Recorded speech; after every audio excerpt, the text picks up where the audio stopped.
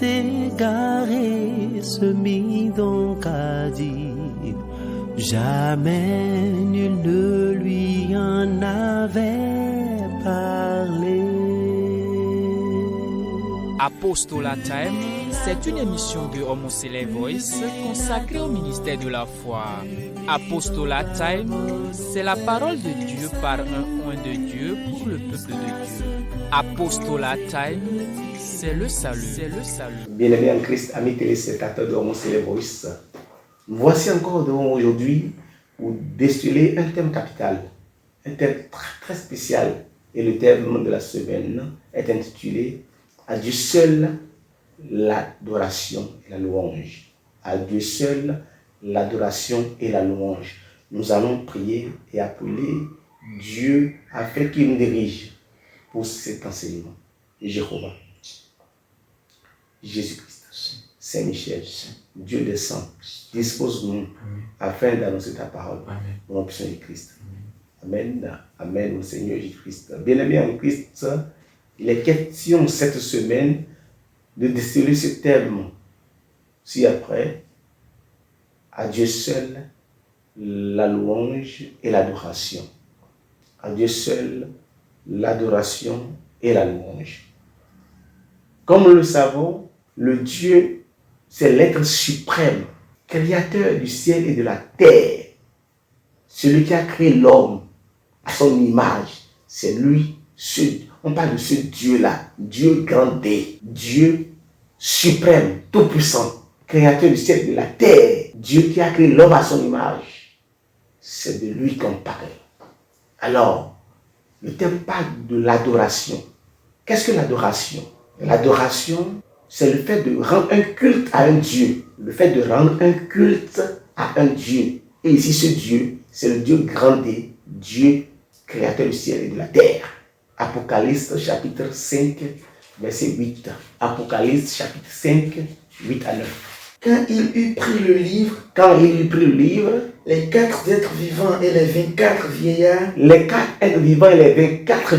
se prosternaient devant l'agneau, tenant chacun une harpe et une coupe d'or remplie de parfums, qui sont les prières des saints. Ça, c'est l'adoration. Qui sont les prières des saints. Oui. Et il chantait un cantique nouveau. Il chantait la louange. Il chantait un cantique nouveau. En disant, tu es digne de prendre le livre, et d'en ouvrir les sceaux, car tu as été immolé, et tu as été racheté pour Dieu par ton sang des hommes de toute tribu. Voilà. Donc ça, c'est l'adoration dans le ciel. On loue et on adore l'adoration dans le ciel. Vous voyez? Alors, qu'en est-il des hommes sur la terre? Qu'est-ce que Dieu a dit? Matthieu 4, verset 10. Matthieu 4, verset 10. Exode 20, verset 1er. Matthieu 4, verset 10. Jésus lui dit, retire-toi, Satan. Car il est écrit, tu adoreras le Seigneur ton Dieu. Et tu lui serviras lui seul. C'est-à-dire que tu adoreras le Seigneur ton Dieu et tu le serviras lui et lui seul. Voilà. C'est ce qui a été dit à l'homme. Exode 20, verset 1er. Exode 20, verset 1er. Alors, Dieu prononça toutes ces paroles. Dieu, l'être suprême, créateur du ciel et de la terre, celui-là qui a créé l'homme à son image, prononça toutes ces paroles en disant, je suis l'Éternel ton Dieu. Il t'ai fait sortir du pays d'Égypte, de la maison de servitude. Tu n'auras pas d'autre Dieu devant ma face. Et tu ne te feras point d'image taillée, ni de représentation quelconque des choses qui sont en haut dans les cieux, qui sont en bas sur la terre, qui sont dans les eaux plus bas que la terre. Donc c'est ce qui a été dit à l'homme. Donc l'homme doit adorer Dieu, uniquement Dieu, et rien que Dieu. Dieu créateur de la terre, Dieu créateur de l'homme, celui-là qui a créé l'homme. Alors, Qu'est-ce que la louange? La louange, c'est l'action de louer. Nous devons louer, bénir, glorifier. L'action c'est l'exclamation de la joie, d'accord? L'exclamation de la joie, du soulagement envers Dieu. C'est donc ça la louange. Qu'est-ce que Dieu dit à travers la louange? Nombre 10, verset 10. Qu'est-ce que Dieu même dit à travers la louange? Qu'est-ce que Dieu a dit aux hommes à travers la louange? Nombre chapitre 10, verset 10. Dans vos jours de joie, dans vos jours de joie, dans vos fêtes, et dans vos nouvelles lunes, vous sonnerez des trompettes, en offrant vos holocaustes, et vos sacrifices d'actions de grâce, et ils vous mettront en souvenir, devant votre Dieu, je suis l'Éternel, car je suis l'Éternel votre Dieu. Alléluia.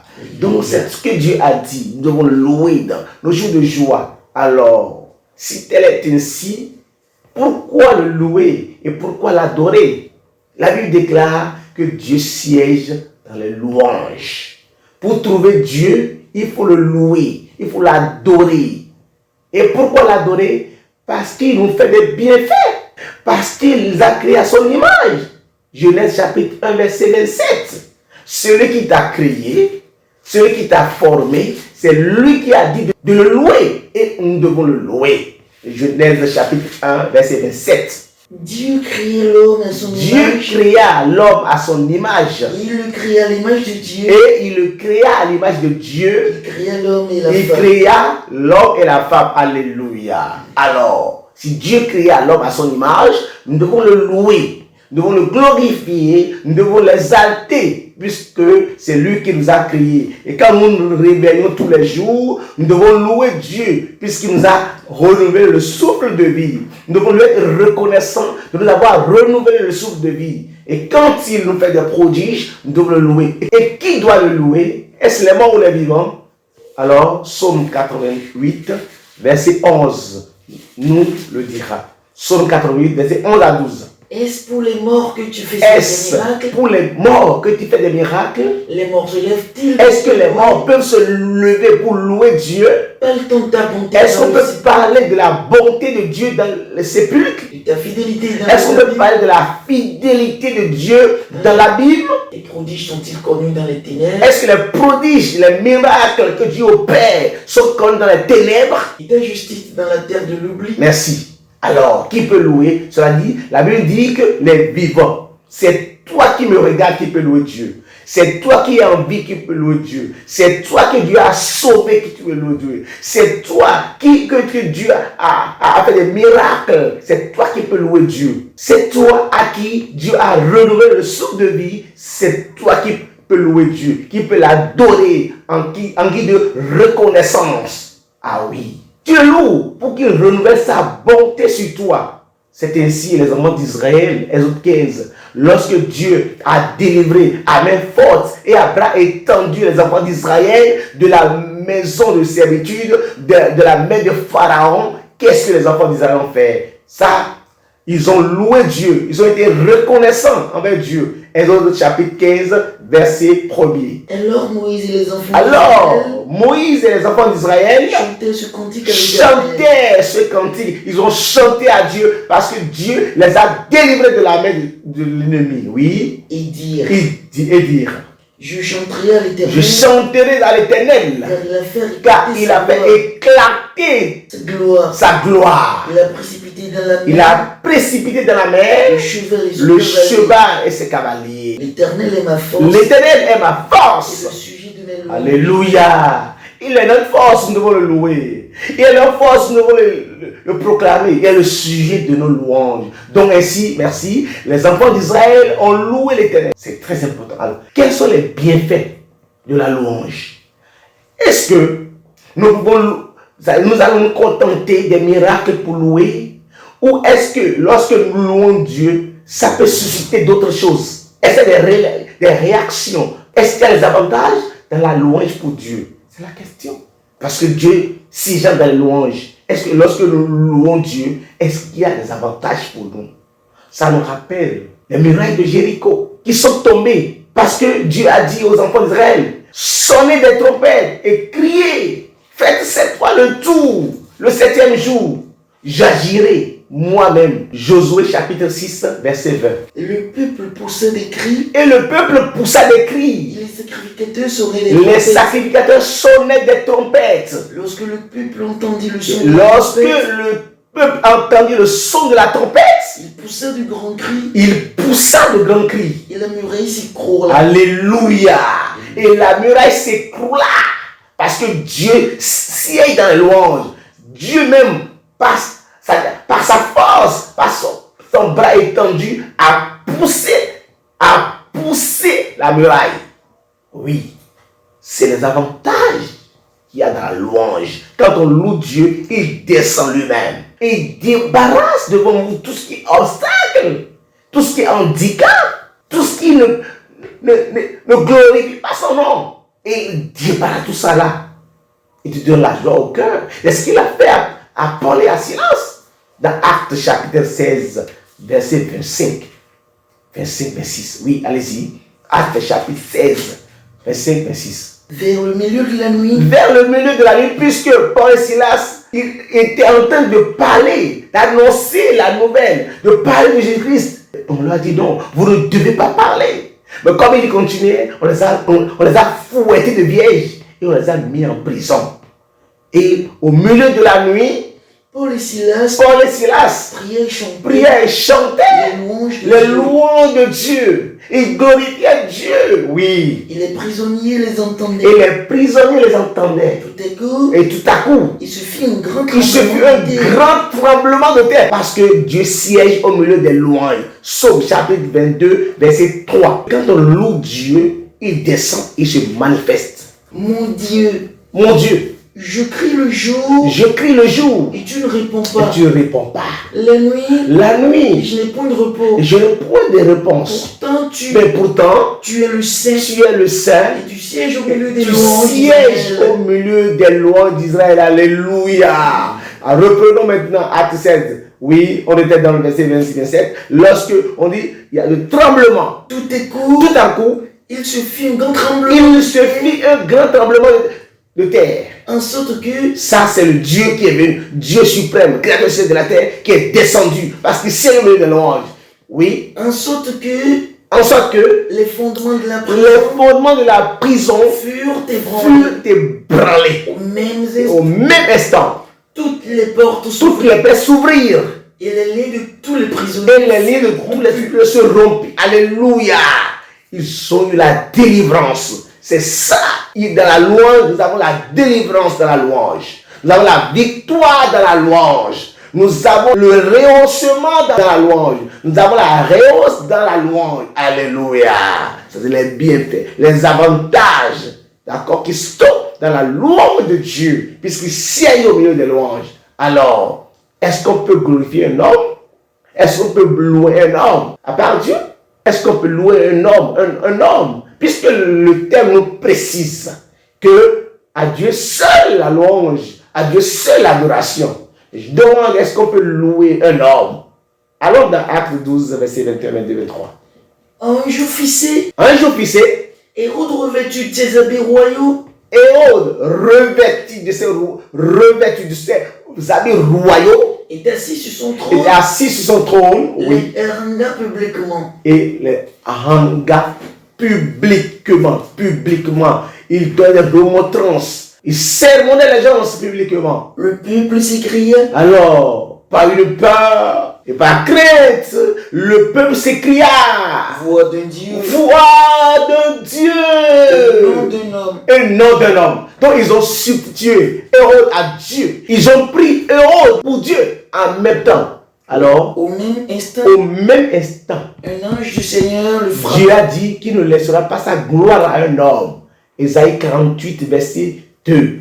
Nous lisons rapidement Ésaïe 48, 2 et nous revenons encore dans cette lecture de Acte 12 là.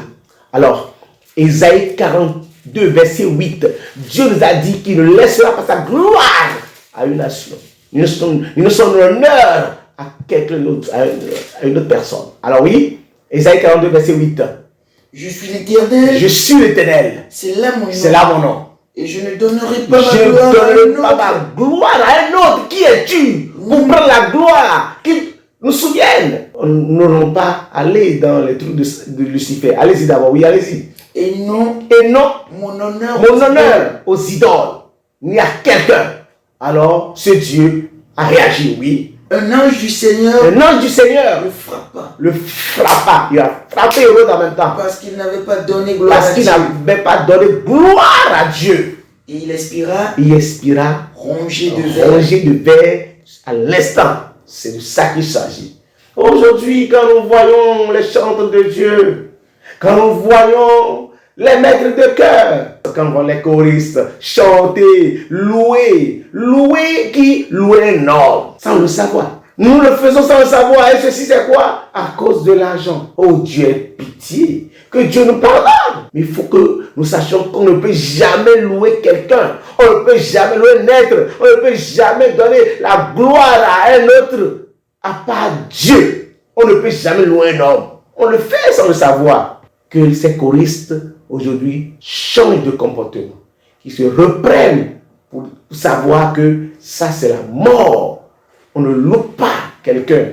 Ce n'est pas bon pour cette personne que tu loues. Ce n'est pas bon pour toi-même qui est en train de louer. Ce n'est pas bon pour vous. Ni toi, ni celui que tu loues. Vous voyez l'exemple d'Hérode, rongé de verre. Alléluia. Alors, mes bien-aimés en Christ, nous pouvons continuer de glorifier Dieu pour ses bienfaits. Quelle que soit la situation, quelle que soit la calamité, quelle que soit la souffrance, quelle que soit la disette et la faim, nous devons louer Dieu. La Bible déclare dans Lamentation de Jérémie chapitre 3, 37-38. Lamentation de Jérémie chapitre 3, 37-38. N'est-ce pas de la volonté du Très-Haut que viennent les maux? N'est-ce pas de la volonté du Très-Haut que viennent les maux et les biens? Pourquoi l'homme vivant se plaiderait-il? Pourquoi l'homme vivant se plaiderait-il? Que chacun se plaigne de ses propres péchés. Merci. Pour cela, nous ne pouvons que louer Dieu. Philippiens chapitre 4, verset 4. Pour clôturer, pour conclure. Alors, Philippiens 4, verset 4. Nous devons louer Dieu, glorifier Dieu en toute occasion. Philippiens 4, verset 4. Réjouissez-vous toujours. Réjouissez-vous toujours. Dans le Seigneur. Dans le Seigneur. Et je le répète. Je le répète. Réjouissez-vous. Réjouissez-vous. Que votre douceur. Merci. Réjouissez-vous. Que Dieu soit loué. Au nom puissant de Jésus-Christ. Jéhovah. Jésus-Christ. Saint-Michel. Nous avons compris que c'est à toi seul l'adoration et la louange. Seigneur Dieu Tout-Puissant, fais en sorte que nous t'adorons. Amen. Fais en sorte que nous te louons. Amen. Fais en sorte que ton nom soit glorifié. Amen. Au nom puissant de Christ. Amen. Amen. Amen. Au nom du Seigneur Jésus-Christ. Alléluia. Le fils égaré se mit donc à dire, jamais nul ne lui en avait parlé. Apostolat Time, c'est une émission de Homoseley Voice consacrée au ministère de la foi. Apostolat Time, c'est la parole de Dieu par un oint de Dieu pour le peuple de Dieu. Apostolat Time, c'est le salut.